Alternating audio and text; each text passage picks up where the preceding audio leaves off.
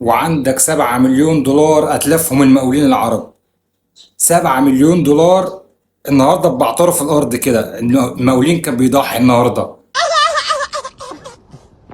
اقسم بالله اقسم بالله كمان مره انا كنت عارف النهارده الزمالك يا يتعادل يا يخسر.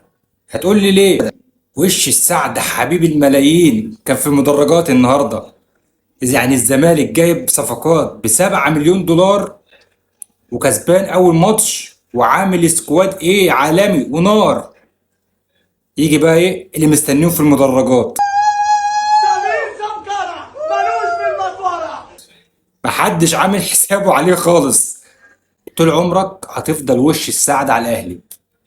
بتلعب بقى في المدرجات، قاعد بره، قاعد بتشرب شاي في الاستاد، هتفضل وش السعد.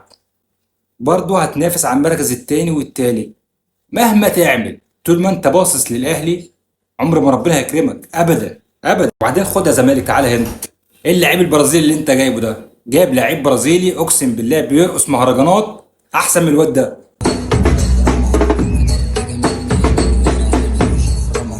يعني بيرقص مهرجانات ايه، نازل يعمل شويه حركات كده ويتشقلب في الملعب بس.